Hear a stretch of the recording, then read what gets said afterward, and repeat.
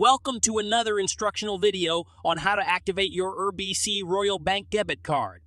I'm here to guide you through the process step by step. To activate your card, begin by reaching out to RBC's customer service using the provided phone number on your debit card.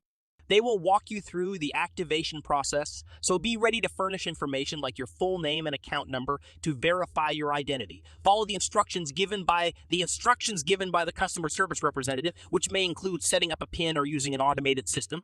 Once activated, don't forget to sign the back of your debit card in the designated area for added security. Finally, test your card by making a small purchase or withdrawing cash to ensure successful activation.